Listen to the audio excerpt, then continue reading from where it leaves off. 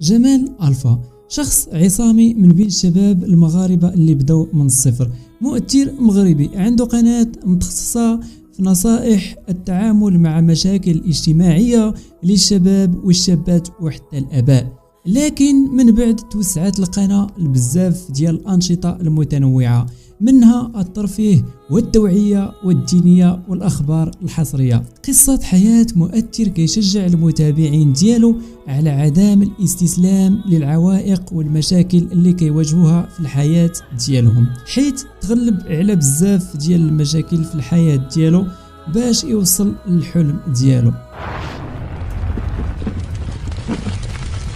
جمال ألفا اللي هو جمال عزمي زاد نهار 2/12/1988، العمر ديالو وصل 33 سنة، زاد في حي شعبي بعين عودة نواحي مدينة الرباط، عايش مع والديه وجوج خوتو، والأخت ديالو هي الكبيرة متزوجة، وخوه الصغير منه حتى هو يوتيوبر سميتو أمين الدلتا.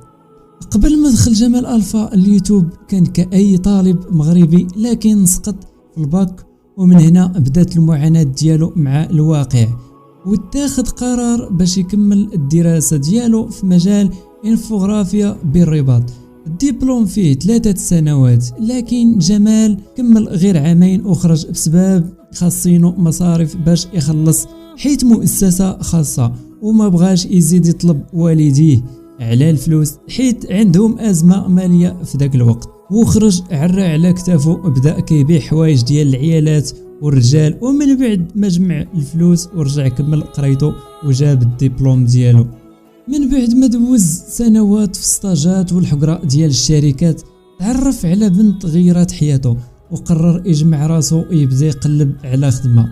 من بعد ما لقى خدمة مع واحد الشركة في تمارة بمقابل 200 درهم للشهر، اللي ما كافيه حتى باش يخلص طوبيس، حيت كان مول الشركة وعدو باش يرسمو من بعد ما تكبر الشركة، حيت مول الشركة يالله بادي. لكن من بعد ما دوز جمال ألفا مدة اللي دار معاه مول الشركة، شاف جمال ميساج كان صيفطو مول الشركة لشي بنت باللي بغى يجري على جمال ويجيب شي واحد اخر في بلاصتو.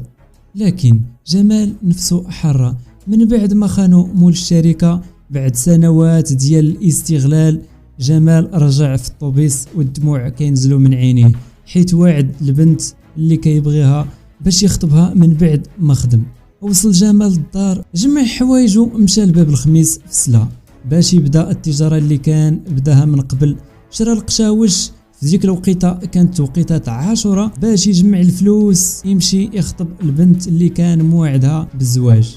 ومن هنا بدات الهضره على جمال كيضحكوا عليه صحابه، حيت ولا كيبيع غير القشاوش، وهنا تعرض للحقره من طرف الشركات، فين ما يمشي يدفع السي في كيترفض، لقى سميتو في جميع الشركات اللي في الحي ديالو ممنوع يخدم، الدوسي ديالو كحل.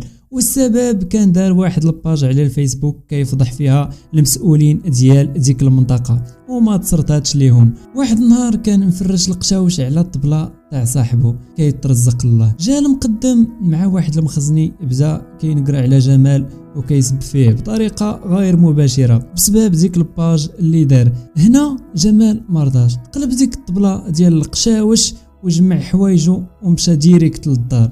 جالس كيفكر، دخل اليوتيوب، شاف واحد الفيديو ديال واحد الشخص كيقدم نصائح بصاد.